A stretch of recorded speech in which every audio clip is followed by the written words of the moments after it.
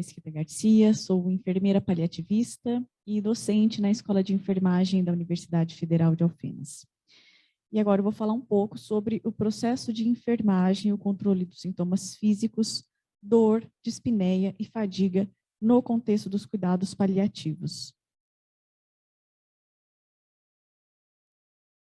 Esta aula foi desenvolvida conforme o conteúdo do manual Cuidados Paliativos, Manual de Orientações quanto à competência técnico-científica, ética e legal dos profissionais de enfermagem, volume número 3, do Corém, Minas Gerais.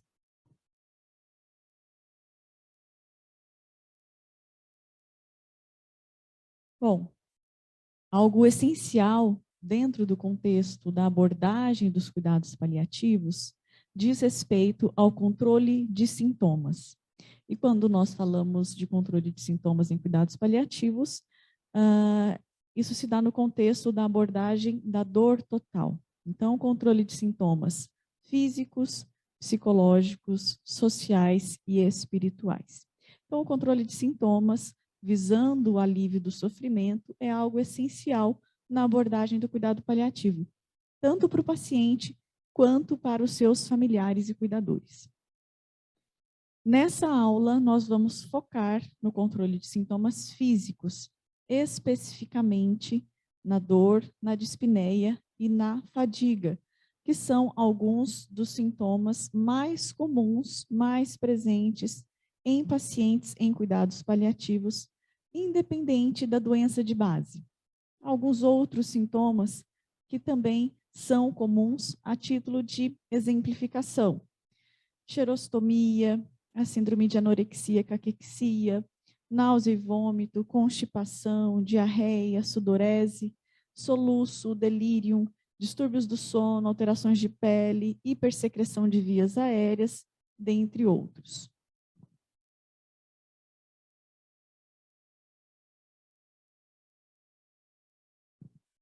Passando então para a definição do que é dor, do que é dispneia e do que é fadiga. Bom, a dor pode ser entendida, então, como uma experiência sensorial e emocional aversiva, normalmente causada por ou semelhante à causada por lesão real ou potencial do tecido. A dispneia, uma experiência subjetiva descrita como falta de ar, aumento do esforço respiratório, aperto no peito, respiração rápida, expiração incompleta ou sensação de sufocamento. E a fadiga, uma experiência subjetiva e complexa de todo o corpo, descrita como uma falta de energia ou exaustão que interfere nas atividades e função normal.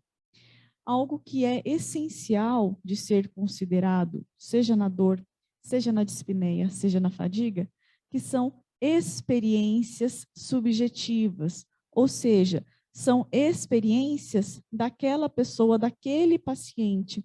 Portanto, é essencial que se realize uma investigação, uma coleta de dados conforme a experiência do paciente, com a intenção de se entender a experiência do paciente, a respeito da experiência dele em relação à dor, em relação à dispneia e em relação à fadiga, porque são experiências subjetivas, internas daquele sujeito. Portanto, quem vai poder me dizer sobre qual a intensidade desses sintomas, quais outras sensações estão atreladas, associadas a esses sintomas, sejam essas outras sensações físicas ou psicológicas, é apenas o próprio paciente. Então, como profissionais de enfermagem, é importante que tenhamos esse entendimento. A minha fonte de informação de coleta de dados principal é o próprio paciente, porque é ele e somente ele pode me contar, me dizer a respeito da experiência dele em vivenciar esses sintomas.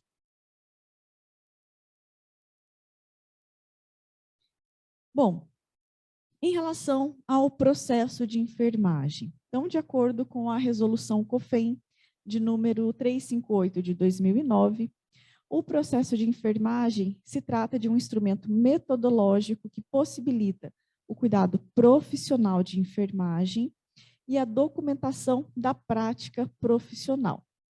E o processo de enfermagem, ele é organizado, então, em cinco etapas. Primeira etapa, a coleta de dados de enfermagem ou o histórico de enfermagem. O diagnóstico de enfermagem como segunda etapa. A terceira etapa, o planejamento de enfermagem, composto aí pelo estabelecimento de resultados e de intervenções de enfermagem. A quarta etapa, a implementação. E a quinta etapa, a avaliação de enfermagem.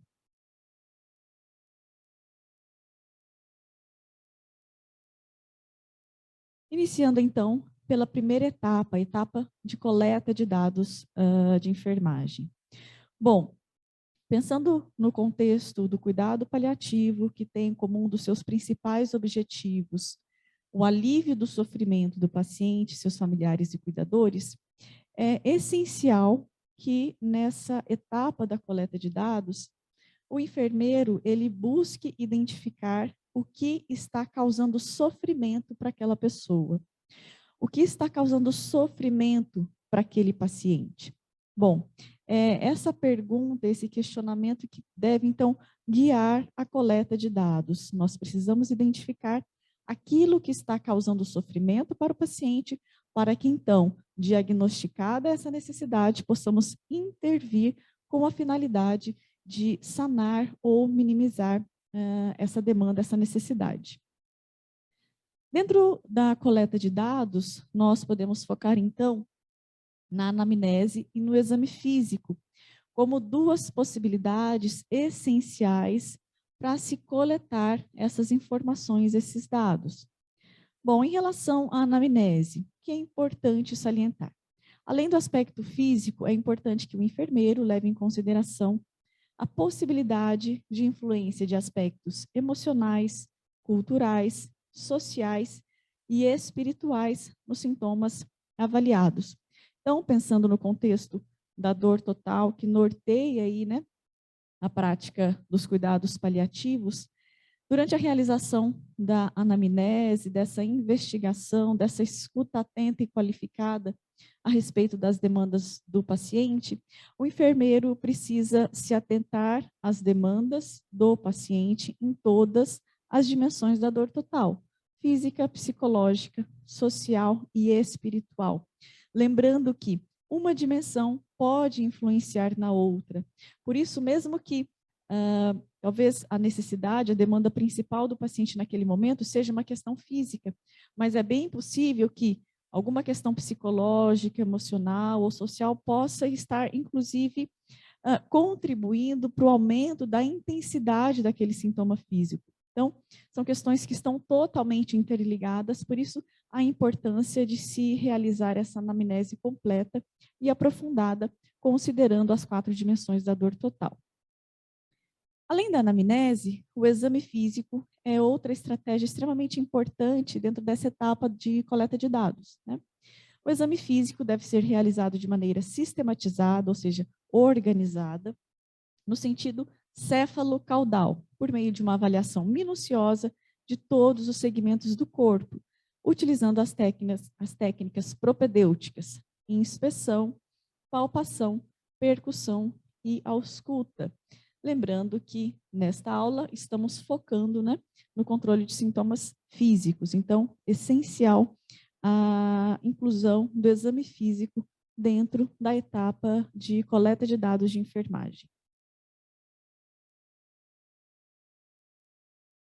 Ainda dentro desta mesma etapa, o enfermeiro pode lançar mão da utilização de instrumentos que auxiliem na identificação, na avaliação, na mensuração dos sintomas. Bom, considerado isso, é importante também que o enfermeiro selecione o instrumento adequado de acordo com a população que está sendo assistida. Por exemplo, há instrumentos específicos para crianças, há instrumentos específicos para adultos. a instrumentos específicos para pacientes impossibilitados de se comunicar verbalmente. Então, é importante que o enfermeiro saiba identificar, de acordo com a população, com o perfil do paciente que ele vai assistir, qual o instrumento mais adequado para aquele perfil de paciente. Outro ponto importante a respeito da escolha dos instrumentos, né? Considerar que há instrumentos que permitem a avaliação de sintomas múltiplos e há instrumentos que foram desenvolvidos para avaliar especificamente um sintoma específico. Então, o enfermeiro também deve se levar em consideração isso. Ele pretende utilizar um instrumento mais genérico, que vai permitir avaliação de diversos sintomas ao mesmo tempo, ou ele quer se aprofundar na medição, na avaliação de um sintoma específico, e aí ele vai precisar, então, utilizar instrumentos ou escalas específicos para aquele sintoma que ele quer avaliar mais a fundo. Um exemplo que eu trouxe trata-se da escala de avaliação de sintomas de Edmonton, uma escala bastante conhecida e bastante utilizada no contexto dos cuidados paliativos. É uma escala que permite a avaliação de sintomas múltiplos. Bom, a ESAS, ou a escala de avaliação de sintomas de Edmonton, basicamente ela vai avaliar a intensidade de diversos sintomas. Ela permite avaliar a intensidade da dor, do cansaço, né, ou fadiga, sonolência, náusea, como está o apetite do paciente, falta de ar ou dispneia, depressão, ansiedade, bem-estar, né? Então, ela vai permitir a avaliação desses múltiplos sintomas. No entanto, ela permite apenas avaliar a intensidade destes sintomas.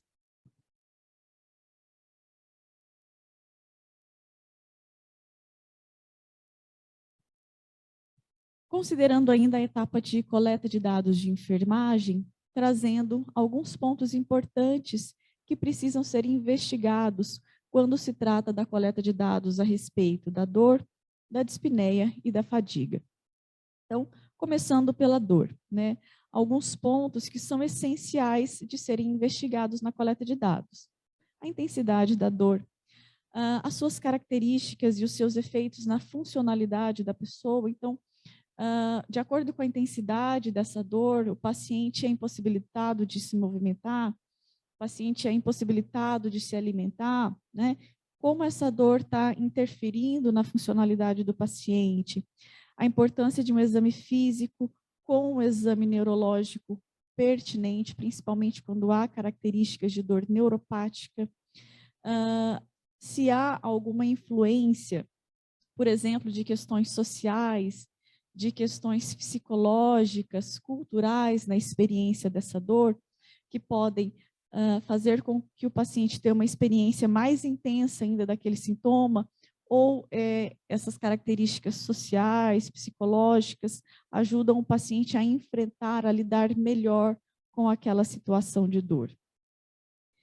Em relação à dispneia, é importante se investigar a história completa desse sintoma, né? Incluindo o seu início temporal, se é algo agudo ou se é crônico, se é uma sensação que o paciente já experimenta há algum tempo, se é afetado pelo posicionamento do paciente. Então, dependendo da posição do paciente, se ele está sentado, se ele está deitado, essa sensação de falta de ar, essa sensação de sufocação, de sufocamento, ela piora ou melhora conforme o posicionamento do paciente. Se há algum sintoma associado, então, por exemplo, às vezes o paciente refere que ele percebe que essa sensação de falta de ar, essa dispneia, aumenta quando ele se sente mais ansioso, quando ele se sente com medo, quando ele se sente preocupado com alguma coisa, ou quando ele começa a sentir dor, a dor física, isso causa uma tensão psicológica nele e logo em seguida vem a dispneia. Então, será que tem outros sintomas associados à dispneia? Quais são as atividades que colaboram para o alívio dessa sensação de falta de ar, né? Ou então, será que tem a ver com a utilização de algum medicamento específico, como efeito colateral de alguma medicação, ou tem a ver com interação medicamentosa? E em relação à fadiga, quais são as queixas, né? Especificamente queixas de fraqueza generalizada, queixas de um cansaço muito grande, independente do fato da pessoa, do paciente ter realizado alguma atividade física ou não, sensação de peso nos membros, diminuição da concentração, diminuição da atenção.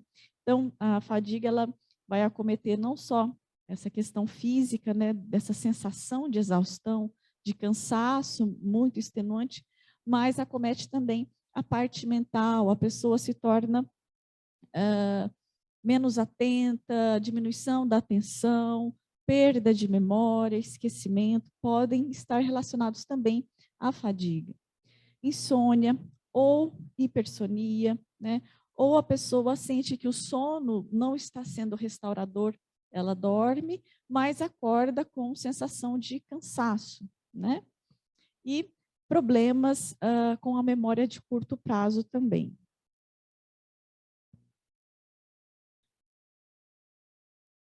Consideradas, então, essas questões principais dentro da etapa de coleta de dados, nós podemos passar para o diagnóstico de enfermagem, a segunda etapa do processo de enfermagem. Bom, dá para a gente perceber que cada uma das etapas do processo de enfermagem estão interligadas entre si e uma depende da outra.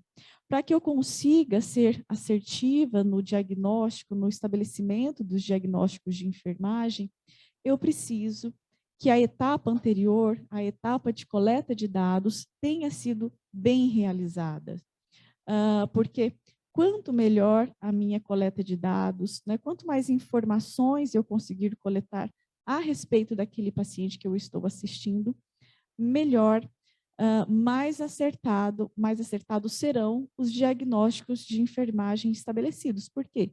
Porque para conseguir estabelecer esses diagnósticos, obrigatoriamente, eu preciso dessas informações anteriores, dessa coleta de dados, porque é a partir dos dados fornecidos por meio da anamnese, por meio do exame físico, que eu vou conseguir identificar quais são as demandas, quais são as necessidades do paciente, o que está causando sofrimento àquele paciente.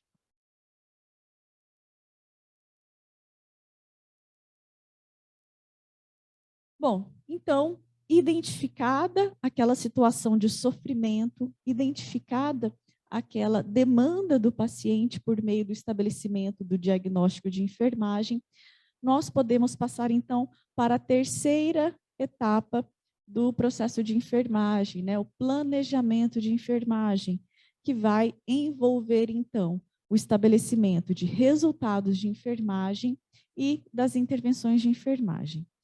Bom, identifiquei a demanda do paciente, identifiquei o que está causando sofrimento para esse paciente. Tenho o diagnóstico de enfermagem. Ok. Sei onde esse paciente se encontra, no sentido de qual é a intensidade, qual é a gravidade daquele sintoma. E aí, quanto ao estabelecimento do resultado de enfermagem, nós precisamos estabelecer onde nós queremos que o paciente chegue, o que nós queremos alcançar a nível de controle de sintomas em relação àquele diagnóstico que foi identificado. Então, precisamos estabelecer quais os resultados de enfermagem nós queremos alcançar. Bom, estabelecidos esses resultados, precisamos, então, estabelecer quais as intervenções de enfermagem serão utilizadas para que esses resultados sejam alcançados. Então, começando aqui pelo planejamento de enfermagem a respeito do sintoma físico dor. Então, vamos imaginar que coletamos os dados de um determinado paciente e chegamos à conclusão de que esse paciente está sentindo dor, que a dor física está causando sofrimento para esse paciente, é uma demanda desse paciente, então precisamos intervir para o controle deste sintoma. Estabeleci o diagnóstico, então, como dor, e aí passando para a etapa dos resultados de enfermagem. Quais são os resultados que eu quero alcançar a partir da identificação deste diagnóstico? Aqui, como exemplo, eu trouxe 2 resultados que poderiam ser alcançados a respeito desse diagnóstico. Então, por exemplo, eu quero que essa dor seja controlada, eu quero que o paciente sinta que essa dor está controlada. Então, o primeiro resultado seria controle da dor, alcançar o controle da dor. Um segundo resultado de enfermagem seria o conforto físico. Eu quero, como enfermeira, que esse paciente se sinta confortável fisicamente. Obviamente, esses resultados são só exemplos, mas o estabelecimento dos resultados vai depender muito do diagnóstico que foi estabelecido, do que está causando esse diagnóstico, certo? Então, aqui são só exemplos. Estabeleci, então, os resultados que eu quero alcançar, que é o controle da dor, e eu quero que o paciente se sinta confortável fisicamente. Ok. Agora, quais são as intervenções que eu preciso realizar para alcançar esses resultados? Então, pensando, primeiramente, lá no resultado de enfermagem, controle da dor. Também, né, a título de exemplo, eu estabeleci aqui, então, 2 intervenções que vão me ajudar a alcançar esse resultado, 2 intervenções que vão me ajudar a controlar a dor do paciente. Então, a administração de analgésicos, conforme prescrição médica, além de apoio emocional. E aí é importante nós nos lembrarmos de que podemos lançar mão tanto de intervenções farmacológicas, conforme a prescrição médica disponível, mas também de intervenções não farmacológicas que podem auxiliar no controle dos sintomas físicos. Então, essas foram as 2 intervenções estabelecidas aqui para esse resultado de enfermagem. Então, para controlar a dor, eu vou administrar analgésicos conforme a prescrição médica e eu vou realizar o apoio emocional a esse paciente.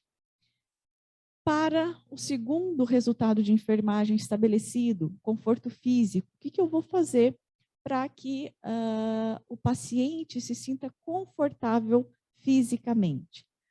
A título de exemplo, também a intervenção aqui estabelecida foi a realização do toque terapêutico. Então, a depender do diagnóstico de enfermagem identificado e a depender das causas, dos fatores relacionados a esse diagnóstico, nós procedemos, então, ao estabelecimento dos resultados e, posteriormente, das intervenções de enfermagem que vão possibilitar o alcance desses resultados. Exemplificando agora o planejamento de enfermagem para o controle do sintoma dispneia. Então, como diagnóstico de enfermagem identificado, temos a dispneia. Bom, qual o resultado de enfermagem que eu trouxe aqui como exemplo? Diminuição do desconforto, diminuição da sensação de sufocamento, diminuição da sensação de falta de ar. É esse o resultado que eu pretendo alcançar, pensando na minimização do sintoma para o paciente.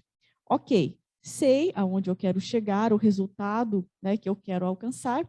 Então, agora eu preciso identificar quais serão as intervenções que eu irei utilizar para alcançar esse resultado. Aqui também, como exemplo, eu trouxe 2 possíveis intervenções. Então, o uso de ventilador no rosto, tem aqueles ventiladores que são menores, ventilador de mão, que eu posso oferecer para o paciente, para ele segurar próximo do rosto, ou colocar o paciente próximo de uma janela aberta, né? Algo que promova essa sensação de refrescamento, de ventilação próximo aqui do rosto, é uma intervenção que pode auxiliar no controle da dispneia. Uma outra intervenção possível seria a utilização de técnicas de relaxamento, considerando que muitas vezes a dispneia está associada à ansiedade, a medo, a preocupação, a questões emocionais. Então, se eu ajudo o paciente a se tornar mais relaxado naquele momento, né, por meio de técnicas de relaxamento, isso pode colaborar para o controle da dispneia. Então, identifiquei o diagnóstico, dispneia. Ok, qual resultado eu quero alcançar? Eu quero que o paciente tenha essa sensação de desconforto diminuída. Esse é o resultado que eu quero alcançar. Quais as intervenções que eu vou realizar, então, para alcançar esse resultado? Aqui, no exemplo, uso de ventilador próximo ao rosto e técnicas de relaxamento.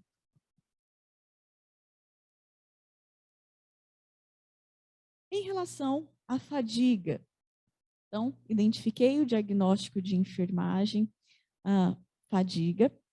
Qual o resultado eu quero alcançar como resultado de enfermagem? Diminuição da sensação de fadiga. Ok, o que eu devo fazer então, como intervenção de enfermagem, para alcançar a diminuição da sensação de fadiga? Trouxe 2 exemplos aqui também de possíveis intervenções. A utilização de terapias complementares integrativas, né? E aí há diversas possibilidades dentro das terapias complementares e integrativas, como, por exemplo, a yoga, práticas meditativas, né? E dentre outras. E realização de atividade física, né? Atividade física, considerando a condição clínica do paciente, pode ser bastante útil no controle da sensação de fadiga.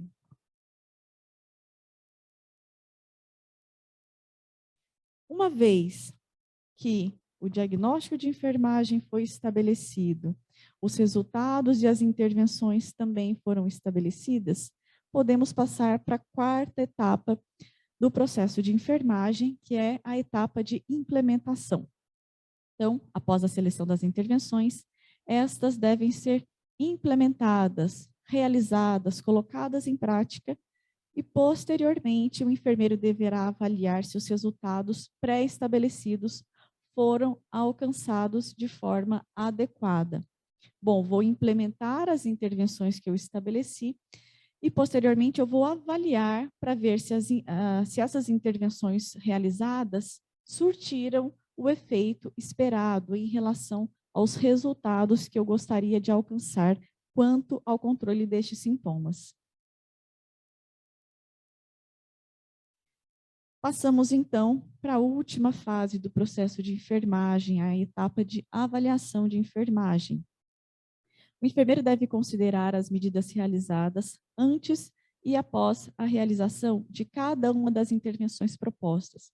Então, é importante que o enfermeiro avalie, registre a intensidade do sintoma e outras informações a respeito daquele sintoma antes da realização da intervenção e depois da realização da intervenção, para que ele possa comparar esses resultados, então, pré e pós-intervenção, com a finalidade de se avaliar se a intervenção proposta foi eficaz ou não para o controle daquele sintoma. Ao avaliar, mensurar o sintoma antes da realização da intervenção, o enfermeiro estabelece um score basal quanto a este, um parâmetro de comparação, o que possibilita que o enfermeiro acompanhe as alterações no estado do paciente ou mesmo a manutenção do estado do resultado ao longo do tempo e em diferentes contextos, né? Então, é extremamente importante essa avaliação dos sintomas antes e após a realização da intervenção, para que o enfermeiro tenha esses parâmetros de comparação. Para avaliação dos sintomas apresentados, o enfermeiro pode utilizar, né, aí de diversas possibilidades, como, por exemplo, a utilização de escalas de instrumentos, como eu trouxe a ESAS, né, de exemplo. Então, o enfermeiro pode aplicar lá a ESAS antes de realizar a sua intervenção, depois de realizar a sua intervenção e depois comparar se houve diferença em relação à intensidade dos sintomas mencionados pelo paciente. O enfermeiro pode avaliar parâmetros fisiológicos, como, por exemplo, sinais vitais. Nós sabemos que a dor, né, a dispneia, por exemplo, podem promover a alteração desses sinais vitais. Então, também são um parâmetro a ser avaliado pelo enfermeiro, parâmetros fisiológicos. Ouvir o autorrelato do paciente. Então, simplesmente perguntar ao paciente e ouvir o que ele tem a dizer, como ele estava se sentindo antes da intervenção e como ele está se sentindo agora após a realização da intervenção. dentre outras formas de avaliação que podem ser utilizadas pelo enfermeiro.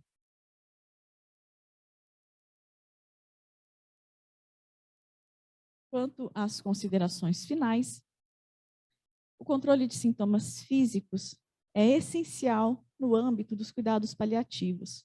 Afinal, é urgente o alívio do sofrimento na dimensão física para que, logo em seguida, as demais dimensões, psicológica, social e espiritual, possam também ser atendidas. Por meio do processo de enfermagem, o enfermeiro pode oferecer adequada assistência de enfermagem a pacientes acometidos por estes e outros sintomas frequentes no contexto dos cuidados paliativos. Muito obrigada.